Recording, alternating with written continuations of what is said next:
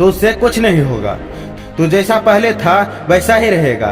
तेरा जीवन बेकार है, तू कुछ नहीं कर सकता। मेरे भाई, अगर तुझे भी यही सब शब्दों का सामना करना पड़ रहा है, जो आता है 4 बात बोलकर चला जाता है, तो अब चिंता करने की कोई बात नहीं। अब उन सभी का मुंह बंद करना है जो तुम्हें ताना मारते हैं कि तू कुछ नहीं कर सकता। तो क्या तू तैयार है? अगर तू सच में खुद को सफल बनाना चाहता है, शरीर और दिमाग से मजबूत बनाना चाहता है, तो तैयार हो जा।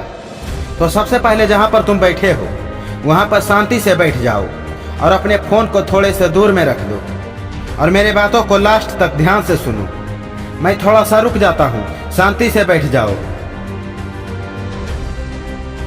क्या अब तुम शांति से बैठ गए? मैं तुम्हें इस वीडियो को एक कहानी के माध्यम से समझाता हूँ। इस कहानी को ध्यान से सुनना, क्योंकि यह कहानी तुम्हारा जिंदगी बदल देगा। हो सकता है कितनों ने यह कहानी सुन रखा होगा, लेकिन यह कहानी फिर से एक बार सुनने के लिए तैयार हो जाओ। इस कहानी को सुनने के बाद तुम में जरूर परिवर्तन आएगा, कुछ ना कुछ सीखने को जरूर मिलेगा। यह कहानी एक बाज की है। एक जंगल में एक बाज और उसकी पत्नी रहती थी। वह बाज इतना ताकतवर था कि जब वह अपने घोंसले से निकलता था तो पूरा जंगल शांति में छा जाता था।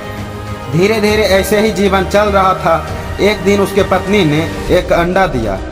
दोनों बहुत खुश थे, लेकिन वो होता है ना कि खुशी ज्यादा दिन तक नहीं टिकता है, और उसके साथ भी यही हुआ। एक दिन जब बाज और उसकी पत्नी शिकार पर गई तो उस जंगल में एक लकड़हारा आया लकड़ी काटने के लिए। उसने देखा कि एक घोंसले में एक अंडा है। उसने उस अंडे को अपने घर लेकर चला आया। उस लकड़हारे के पास बहुत सारे मुर्गे मुर्गियां थी। उस लकड़हारे ने उस अंडे को मुर्गी के अंडे के साथ रख दिया। कुछ दिनों के बाद अंडे से चूजे निकलने लगे। उसमें से बाज का भी चूजा निकला। सभी एक साथ रहने लगे। बाज का भी जो चूजा था वो भी साथ रहने लगा। उसको भी लगता था कि मैं इस चूजे जैसा हूँ, मैं भी बहुत डरपोक हूँ, मैं भी ऊपर नहीं उड़ सकता हूँ। ऐसे ही धीरे धीरे जीवन चल रहा था और सभी चूजे बड़े होते जा रहे थे और वह बाज का चूजा भी बड़ा होता जा रहा था। एक दिन एक बड़े बाज ने सारे चूजों पर अटैक कर दिया। सारे चूजे भागने लगे। उसके साथ वो बाज का बच्चा भी भागने लगा। लेकिन जब उस बड़े बाज ने उस बाज के बच्चे को भागते देखा तो अचंभित हो गया और सोचने लगा कि ये क्यों भाग रहा है।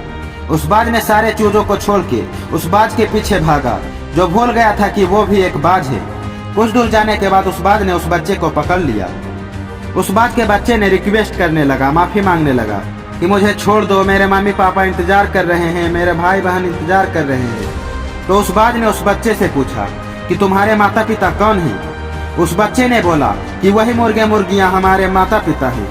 तब उस बाज को सारा खेल समझ में आ गया। लेकिन उस बाज का एक कर्म बनता था कि उसको अपना सच्चाई बताए कि वो कौन है। उस बाज ने उस बच्चे को बताया कि तुम उन जैसे नहीं हो, तुम एक बाज हो, तुम उड़ सकते हो, चिल्ला सकते हो। उस बाज ने उस बच्चे को बहुत मोटिवेट किया। तब उस बच्चे ने उड़ान भरना शुरू किया।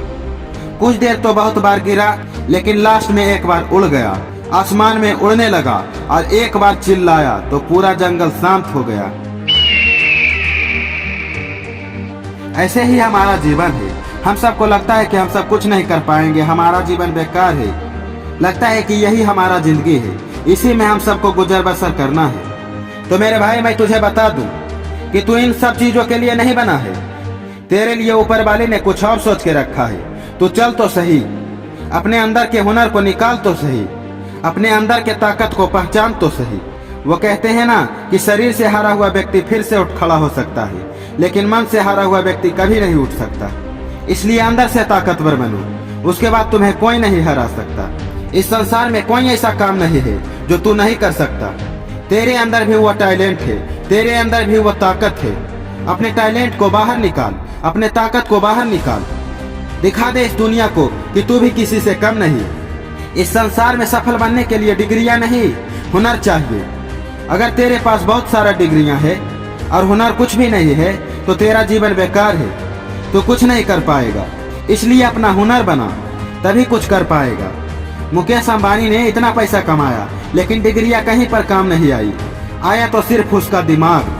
आपने कभी यह जानने की कोशिश की है कि मुकेश अंबानी ने कितना पढ़ा लिखा है, या फिर क्रिकेट के किंग कोहली कितने पढ़े लिखे हैं? मेरे भाई, अगर इस संसार में सफल बनना है तो डिग्रियां नहीं दिखाओ तो सिर्फ अपना हुनर।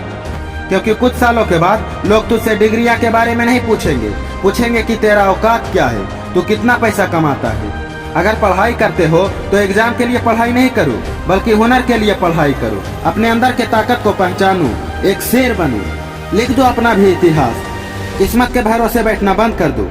तुम्हारा तकदीर तुम्हारे हाथों में नहीं है, तुम्हारे इरादों में है। तुम्हारा तकदीर तभी काम में आएगा जब तुम्हारा इरादा मजबूत होगा। तो बना दे खुद को इतना सफल कि जहां जाए तो तालियों से स्वागत हो। अगर इस वीडियो से कुछ सीखने को मिला हो तो वीडियो को लाइक करके चैनल को सब्सक्राइब कर लो और घंटी को ऑल पर कर दो और कमेंट में लिखो कि मुझे मेरे औकात दिखाने वाले, मैं आ रहा हूं तेरा औकात दिखाने के लिए। जय हिंद, जय श्री राम।